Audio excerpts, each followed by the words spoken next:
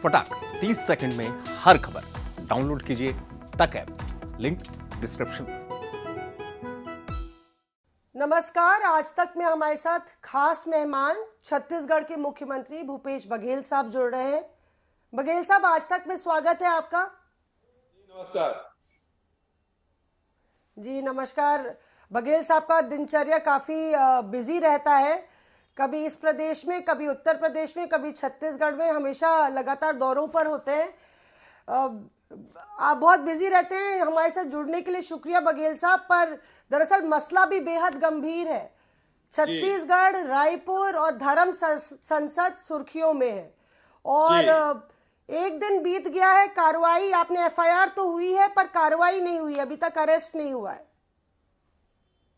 Team निकली हुई है और निश्चित रूप से कार्रवाई होगी और सख्त कार्रवाई होगी, इस बात का विश्वास दिलाता हूं।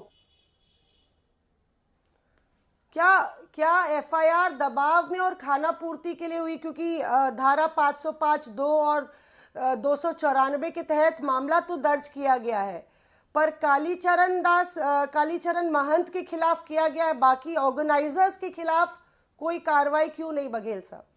देखिए, विवेचना में सारी बातें आएगी और पुलिस विवेचना में मतलब पहले ही एफआईआर में सारी धाराएं नहीं लग जाती, विवेचना में लिया गया है और विवेचना में जो लोग भी दोषी पाए जाएंगे उनके खिलाफ कार्रवाई की जाएगी। इस बात को विश्वास में दिलाता हूँ जी।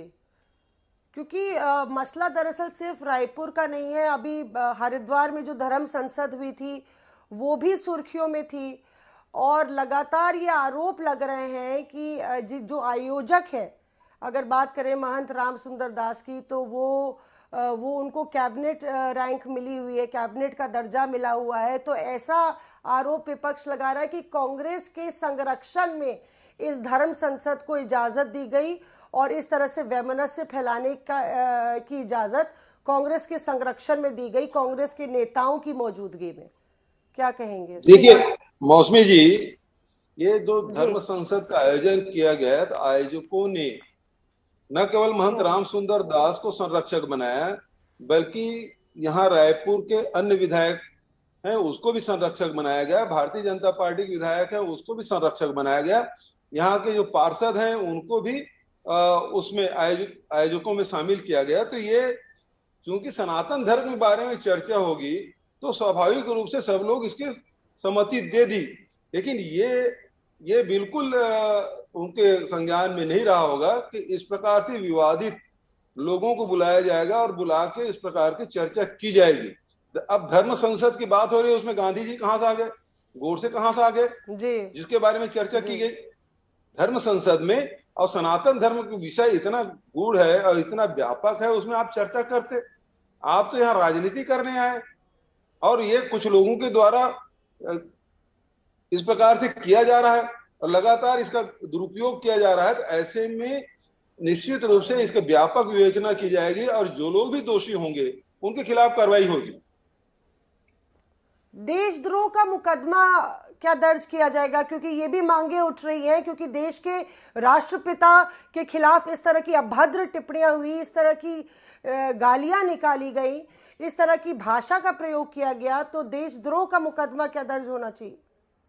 वो मौसमी जी, जिस प्रकार से राष्ट्रपिता महात्मा गांधी के खिलाफ जिन शब्दों का प्रयोग किया गया है, सामान्य व्यक्ति के लिए भी ये मुनासिब नहीं है। और वो संत का चोला पहना हुआ था, गेरुआ वस्त्र पहना हुआ था, उससे तो कतई उम्मीद नहीं की जा सकती।